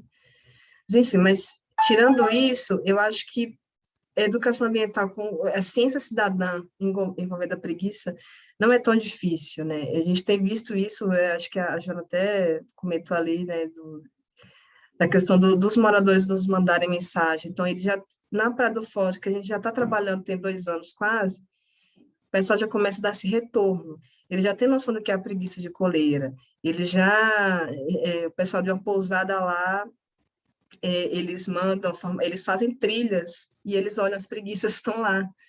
Que o mateiro, ele tem um olho muito bom, o COI, então ele vai, ele consegue, o dono da pousada, né? E ele faz, e mostra para os turistas, ó, essa aqui é uma preguiça de coleira. Isso é muito legal, assim. E eles mandam informações para a gente, né? A Bia, que também trabalhado para a Tamanduá muito bem, assim, ela tem mais contato, então eles mandam muita informação. E a gente fica muito feliz. E em Sergipe também a gente tem recebido, né? Um morador lá mandou, eu vi uma preguiça esses dias, aí tira foto, vê, a gente consegue ver que a preguiça de Sergipe já é bem diferente, né? Aquela pelagem que forma coleira preta já é um pouco mais clara. Isso tem sido muito interessante. Mas, e essa ciência cidadã casa muito com o que a Gabi perguntou, né? Falou sobre a espécie guarda-chuva, né? Ciência cidadã ligado com a espécie guarda-chuva para conseguir conservar essa espécie e aí englobar, né? Quando se fala os outros que não são fofozoas. Eu acho fofozoa. Eu acho, até uma formiga que é diferente, que tem uns negócios diferentes, eu acho bonitinha. Eu já fico, ai, que gracinha. Mas você sabe que a população, né, já vê, por exemplo, cobra, sapo, já quer matar. E engraçado que muitas pessoas lá de Sergipe, isso foi um trabalho que eu fiz de graduação, olha só, na época. Uma entrevista que a gente fez numa população assim. Então, tudo que é ruim é inseto. Então, cobra é inseto, sapo é inseto, agora borboleta não é inseto, borboleta é borboleta. É um conhecimento que assim, que inseto é coisa ruim. Então, assim, até cobra virou inseto. É uma coisa que que a gente precisa analisar, né, essas nuances, essas variações entre as comunidades tradicionais, né? Porque cobra é realmente visto como, infelizmente, até hoje é vista como uma ameaça enorme. Mas é isso. Falei demais de novo.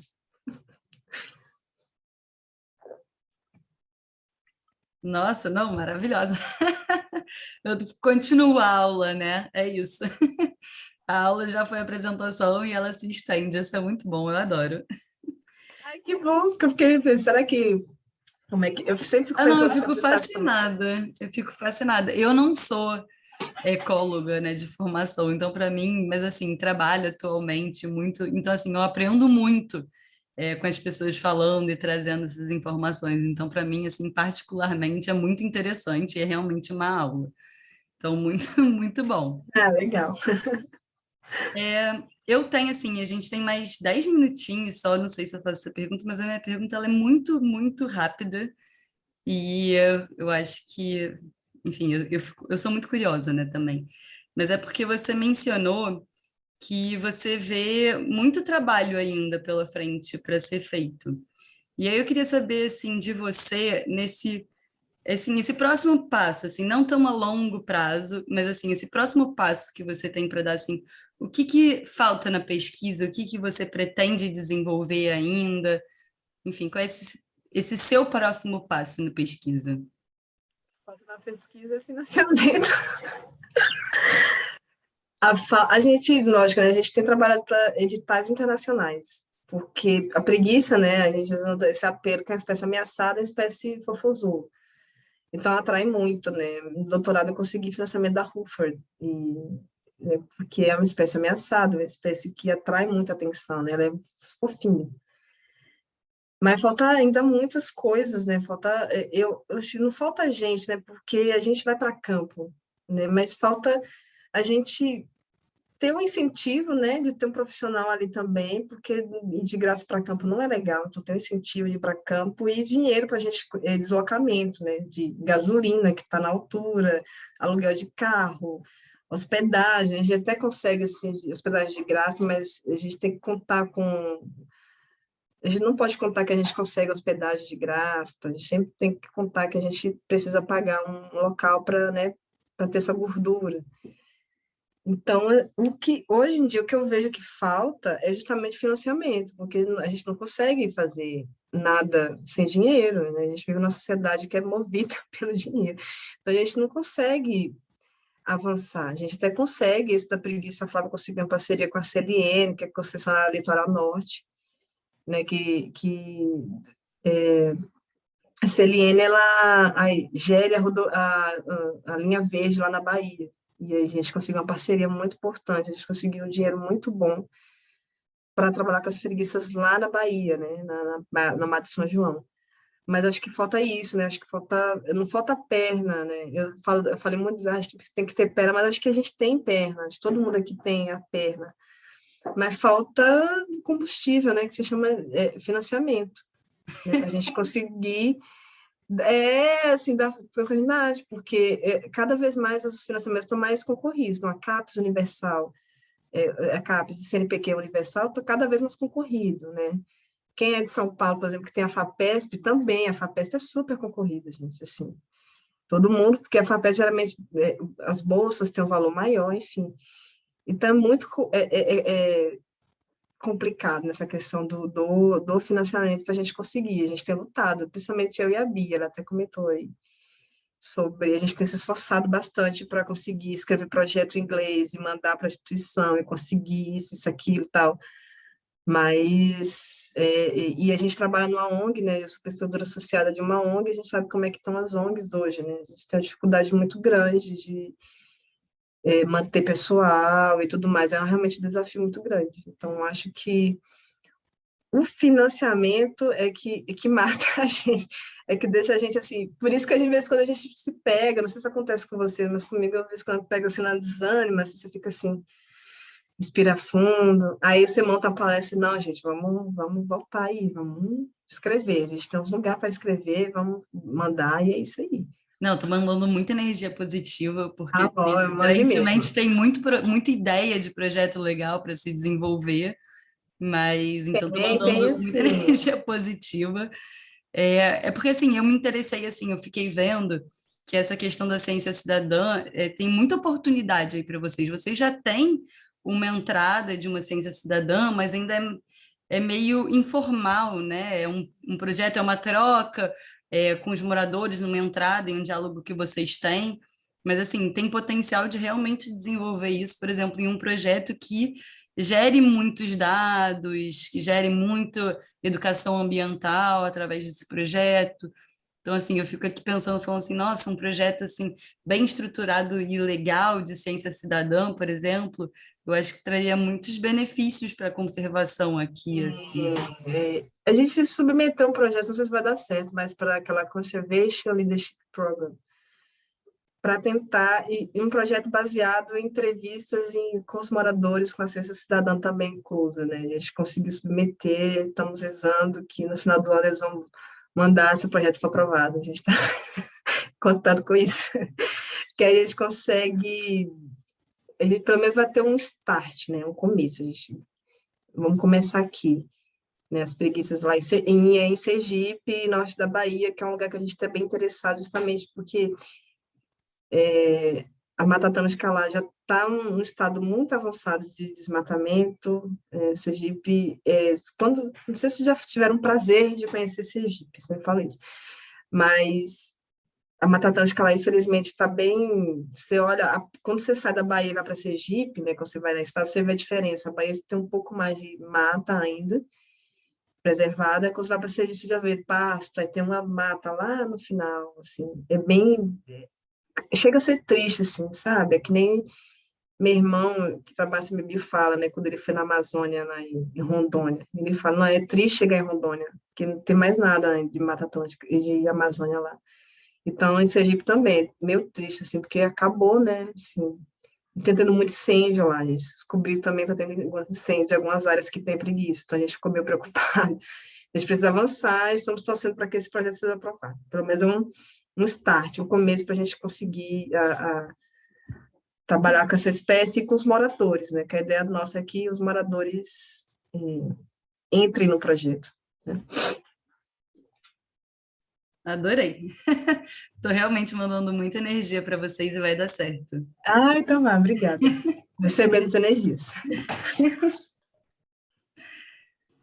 Bem, Bernardo, você quer falar alguma coisa? Porque está dando a nossa hora, infelizmente, mas também fica aí nas redes sociais. Eu botei ali no chat, vou botar de novo para vocês seguirem, verem e depois compartilharem aí, Mara, se quiser compartilhar com os alunos. Em algum momento aí nas próximas semanas vai ficar disponível. Obrigado, Joana. Só queria coar de novo o meu muito obrigado. Você, Paloma, pela aula e continuação de aula nas perguntas e respostas e comentários, perseverança na busca por pesquisa é difícil pra caramba no Brasil, mas não só no Brasil, é difícil em geral, mas você já mostrou que tem gana, vai perseverar nessa, boa sorte. E agradecer também a presença de todo mundo que ficou aqui. Mara, prazer. E